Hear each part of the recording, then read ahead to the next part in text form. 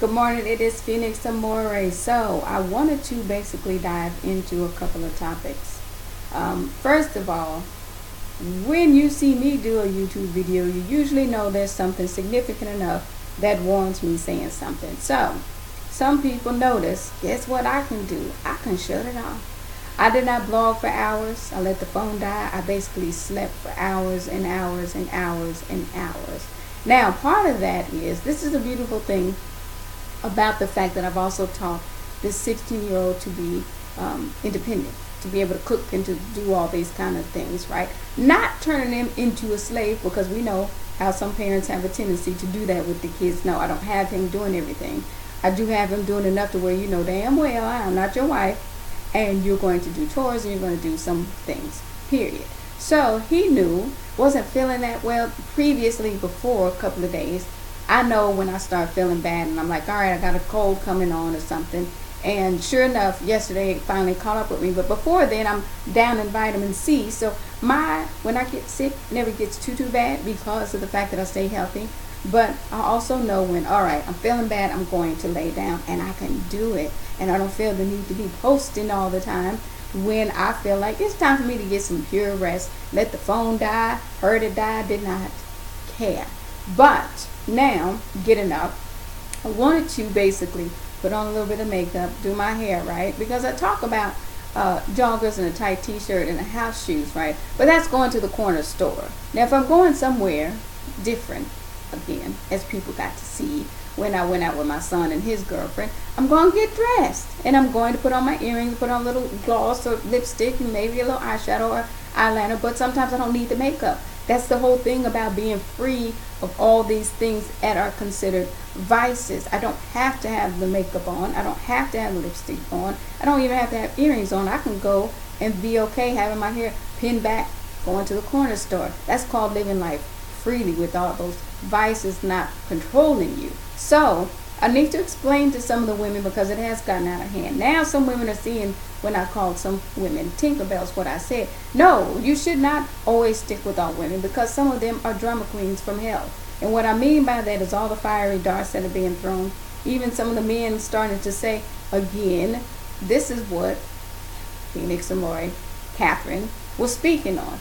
I was saying a long time ago, you watch how they're going to weaponize this whole thing because that makes them feel powerful. So when I mentioned the hair color sexy thing with this 16-year-old, that's what I was speaking on. And I'll be the type that I'll sit back and let the rest of society catch up to why I was saying certain things. That's that pure discernment, but it's also that patience that I have where I'm like, I'm trying to tell you what's coming down the pipeline. You don't see the bigger picture.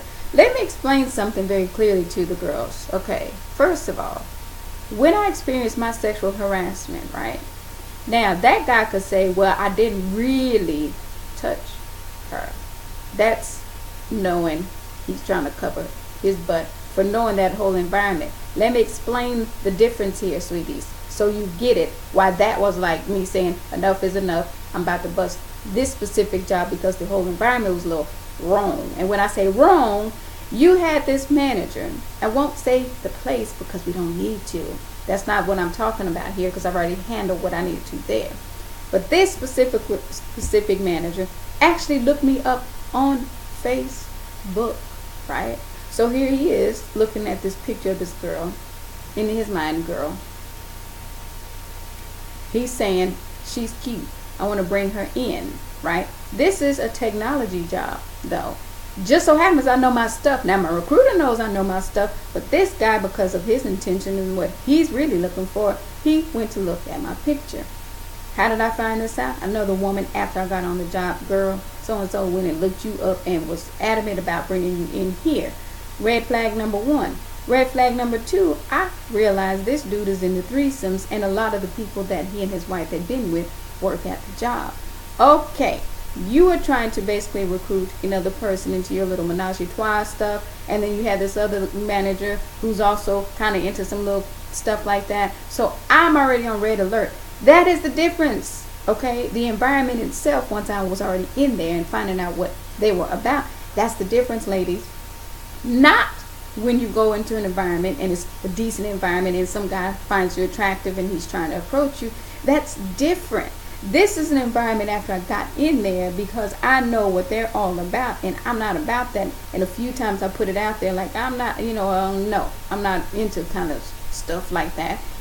Very much so, it became something where they started picking on me and doing little shady stuff. Oh, she's uptight. Okay, because he didn't get what he wanted. See, he's not peeping because I'm grown enough to understand how people get. That's why I blew that out of the water and make sure, don't you ever do this to another woman again. That was a totally different circumstance from saying somebody's hair color is sexy. Okay, understand that very clearly. Now, moving from that, this whole thing that we have now where people feel the need to front. What's happened outside of that is it's created a false sense of confidence in some people.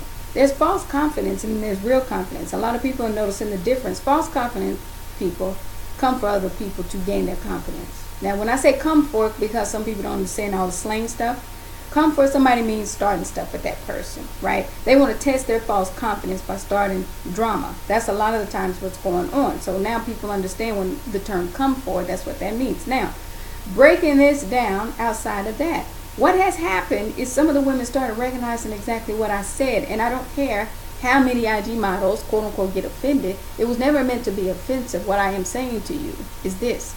It is very annoying for somebody like me, who happens to be attractive by society's standard, to get on a social media platform and immediately be assumed to be somebody aspiring to be a model or aspiring to be in videos and all that kind of stuff. Well, she put out some music. That's it, because I like to sing. But what people quickly noticed true of what I said, they were going to try to turn me into something I'm not, rather than accept me as the kind of quote unquote artist that I am. That's where the red flags start flying around for some of the parents, because it's like, oh my gosh, she's right. That's the point.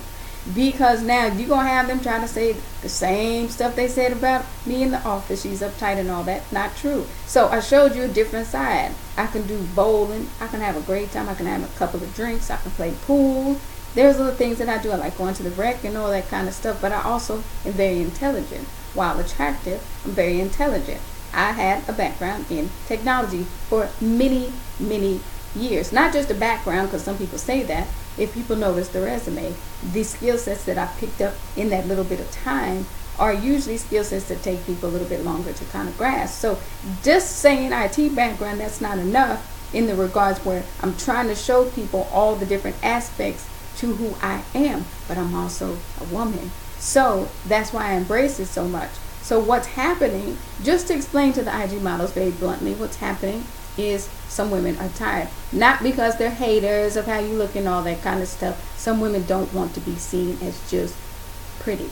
And the thing that you're putting out there and not realizing is, oh, you too could have an IG model show up at a game. Guess what? People are tired of that.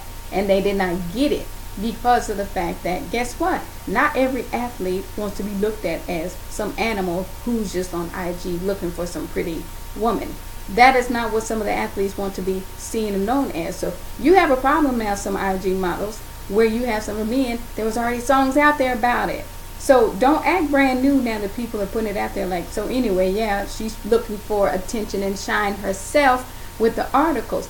They don't want people piggybacking. Now people see what I said before, that piggybacking in order to get the shine in the articles and all that. And guess what? People are now calling y'all out. Yeah, and that player happens to be sucking right now. So while she thinking she getting out there with her little shine, people basically say, yeah, and this player is sucking right now. So did you have something to do with that? That's the new trend. They're not scared to call the models out. Because the thing that's happened now, that one team, they didn't realize it. Long time ago, I said, they don't even realize that figurehead, this one guy that they kept touting as, oh, he's the same person and all that kind of stuff. People really weren't believing that.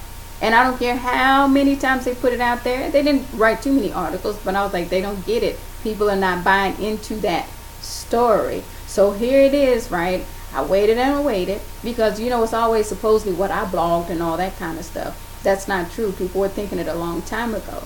And now you have these schools, these Christian schools saying, do not, if you can help yourself, go work at Hooters.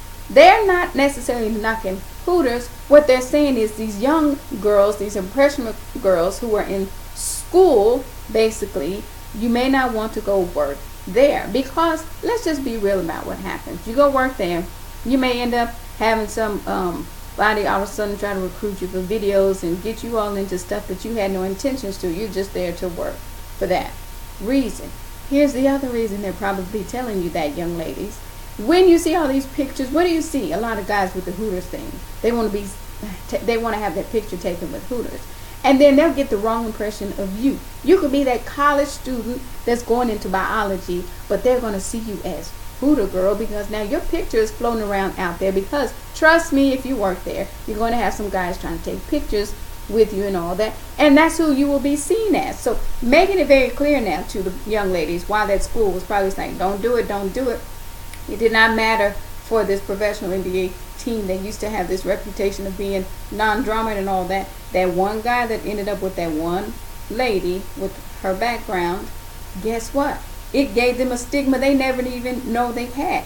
It's been there. It's just now glaring them in the face. So with all that said, please, for some of the ladies over dramatizing your experience, I felt the need, the responsibility, as they call it, as an influencer, whatever, that the situation that I experienced with the sexual harassment was way different than just somebody flirting with me awkwardly. So hopefully that explains a lot of that. You guys have a very, very blessed day. Take care.